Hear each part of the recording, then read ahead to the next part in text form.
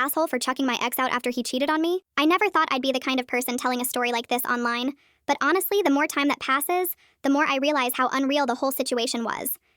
And the craziest part is how long I ignored the signs, even when they were right in front of me. So let me start from the beginning. I was 22 when I met him. At first, everything felt easy. He was charming, attentive, and knew exactly how to say the right things. We talked every day. Long conversations, late-night calls, the kind of connection that makes you think, okay, maybe this is actually something real. He worked in healthcare, which already made him seem responsible and grounded. And when he finally asked me to be his girlfriend, I was genuinely excited. But that same night, something happened that I brushed off way too easily. Right after he asked me to be official, his phone rang. He looked at it, sighed, and said, "It's Emma." He didn't even hesitate before answering. I sat there quietly while he apologized to her for not calling earlier that day. Not a quick apology either. A full explanation. He kept saying things like, "I'm sorry, I didn't mean to ignore you," and "I should have checked in." I remember just sitting there thinking, why does this feel weird? He hung up and laughed it off, saying, "That's my girl best friend, she gets anxious." I nodded, smiled, and told myself I was being dramatic. I didn't want to be the jealous girlfriend right out of the gate. Looking back, that was mistake number one.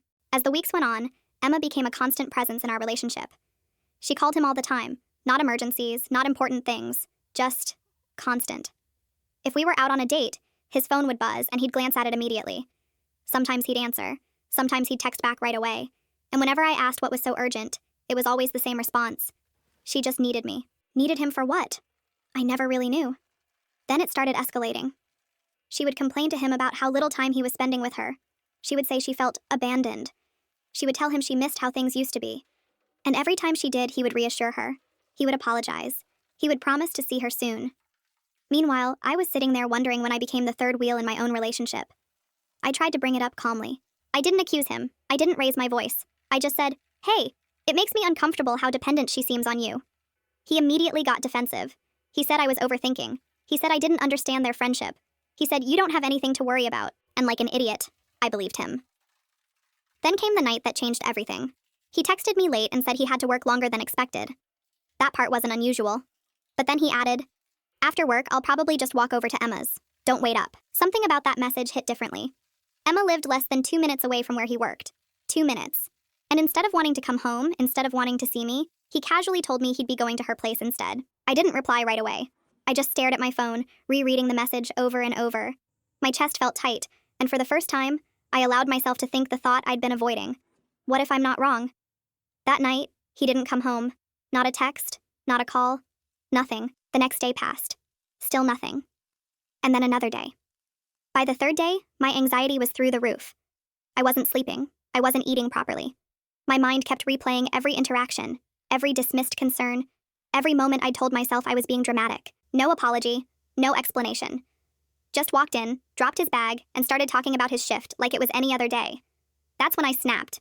Not explosively, but internally. Something in me just shut off. I asked him where he'd been. He hesitated. Just for a second. But that second told me everything.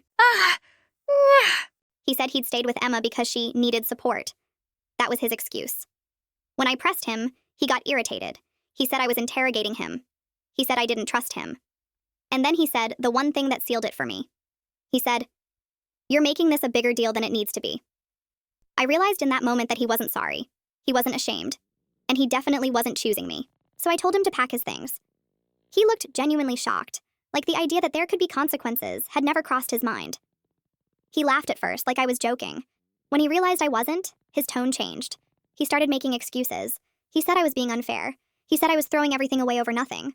But it wasn't nothing. I stood there calmly and repeated myself, "You need to leave." He packed his stuff slowly, almost deliberately, like he was waiting for me to change my mind. I didn't. When he walked out, I felt something I didn't expect. Relief, not sadness, not regret. Relief. Later, mutual friends tried to weigh in. Some said I overreacted. Some said I should have talked it out more. But the people who truly cared about me all said the same thing. I did the right thing. Because here's the truth. Cheating doesn't always look like secrecy and guilt. Sometimes it looks like emotional dependency, blurred boundaries, and someone consistently choosing someone else over their partner. I didn't throw him out just because of one night. I threw him out because I finally saw the pattern clearly. And if you're listening to this and recognizing parts of your own relationship in this story, let me say this. Your discomfort is valid. Your intuition is not dramatic. And you do not owe anyone unlimited chances at the expense of your self-respect. Walking away wasn't easy, but staying would have been worse. And honestly, I'd do it again. Also, next time, I won't need the lesson twice. LOL.